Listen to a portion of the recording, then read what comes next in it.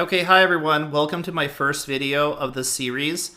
My name is Coach Jim. I've previously coached policy, Lincoln Douglas, public forum, Congress, as well as quite a few individual events in the past. Now, I've been out of the game quite a while when it comes to policy debate in Lincoln Douglas. I've been living in China since 2014 and primarily coaching public forum debate. So my focus in my videos will be to give you a brief introduction of basic debate skills that can apply to any format, whether it's policy, whether it's Lincoln Douglas, whether it's public forum, spontaneous argumentation, these sort of things. Then I'll kind of go into some skills related to public forum debate. So today, what I'm going to do is give you a brief introduction and how to make a contention. Now, a contention is your main arguments that you provide in a debate. There's different ways that you can call this. Like in policy debate, they're called like harms and advantages. In other formats of debate, they could be called like contentions, or other people may call them assertions. But they're basically like the points you're trying to make in debate and kind of your main arguments. Okay, so I am from the Midwestern United States. I'm from Michigan.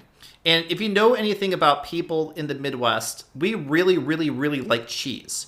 Now, let's imagine you are on the fence about whether you should try cheese or not, and I'm trying to convince you that cheese is good for you.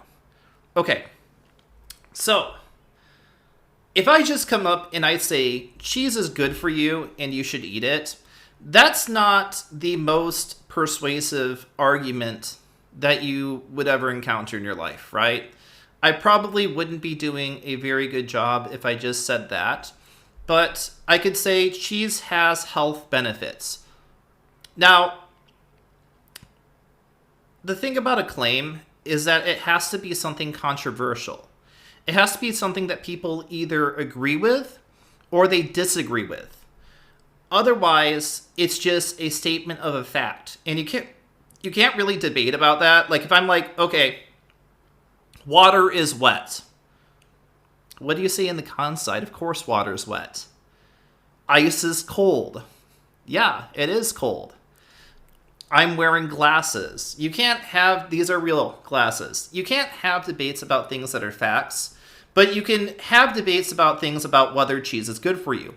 I was shocked and horrified to discover that a lot of people do not eat cheese, and they don't even like it, or they think it's bad for you.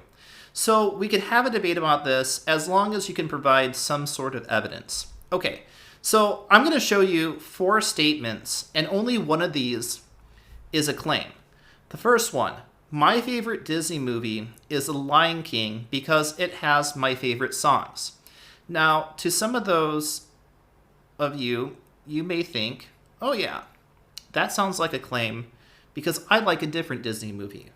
But in fact, if I come up here and I say, hey everyone, I like The Lion King, and you're like, no Jim, you like Frozen.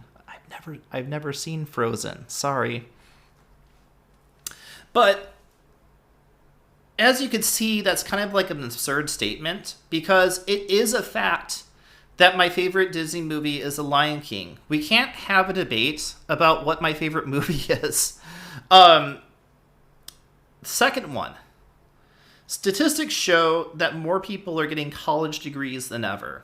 Now, this could actually be the second part of an argument, but it's not a claim. It's true. More people are getting educated worldwide. Third, baseball is the greatest sport in the world because it is the most difficult to play. Now, you see, this is very different than the first one because baseball is my favorite sport, but I'm making the claim that it is the best sport in the world. And because I'm saying it's the best, I'm sure many of you watching this video would disagree with me. Maybe you're a football fan.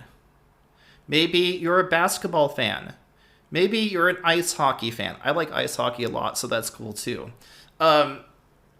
Or maybe you like tennis or ping pong or swimming or something like that, right? So we could have a debate about like what is the greatest sport and put forth arguments and show those things. Maybe you think like hockey is harder to play than baseball because you have to be on ice and it's slippery, and I'm not very good at skating. I kind of have bad ankles. Obviously the fourth one, I'm pretty sure if we had a debate about like whether you should stick your hand on hot stove or not, I'm pretty sure the con side would win a lot more often than the pro side. I don't think that's exactly a fair debate. I think most people would agree that sticking your hand on a hot stove is a really bad idea. So out of all these, only one of these statements is a claim because it's the only one that you can have a real debate about. Okay. The second part of an argument is what we call the warrant. So if I'm saying cheese is good for you, I have to give you a reason why it's good. I have to give some sort of reasoning and support, okay? So I could say cheese is good for you because it has calcium. The warrant is the proof why your claim is true, okay? Usually it relies on some outside evidence or sources to explain your argument. It can come from a lot of different places. It could be like your own personal experience. It could be from an academic source. It could become from some sort of expert, someone with some sort of authority on the issue. It could be a news report, something like this.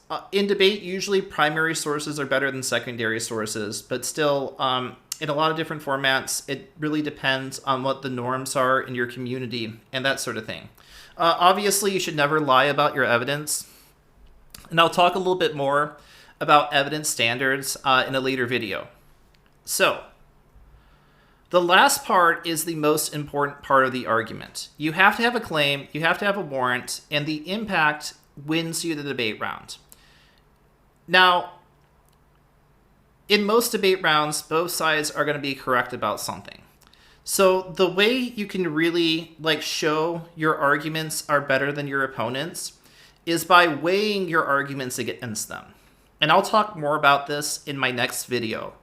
The impact is kind of like why your argument matters. Like, why should the judge vote for you? So at the end of the debate, you're going to be correct on some things. Your opponents are going to be correct about other things. And you're both going to be telling the truth most of the time. Impact shows that your opponent matters more. Okay, so I'm going to present to you two statements that are true that are opposing each other. Okay, it's summer.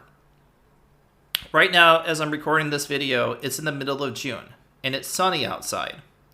Now, if I tell you you should go wear sunscreen, if you don't wear sunscreen, it'll give you cancer, that is a true statement. On the other side, you should not wear sunscreen. It's time-consuming, it's expensive, and it smells weird. Now, all those statements that I've made are true, but I think most of you would agree that getting skin cancer is a lot worse than any of the other harms the negative side lists as to why not to wear sunscreen.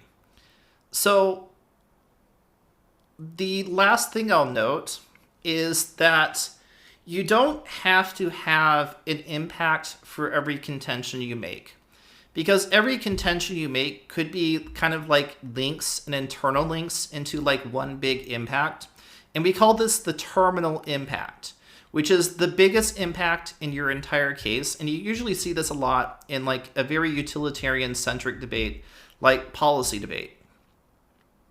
Okay, well, I'll talk a little bit more about impacts in my next video, since I just told you that they are single-handedly the most important part of an argument, especially in a very close debate round. So I hope you enjoyed this video. Please watch my other videos, hit the like and subscribe button, and I'll see you all later.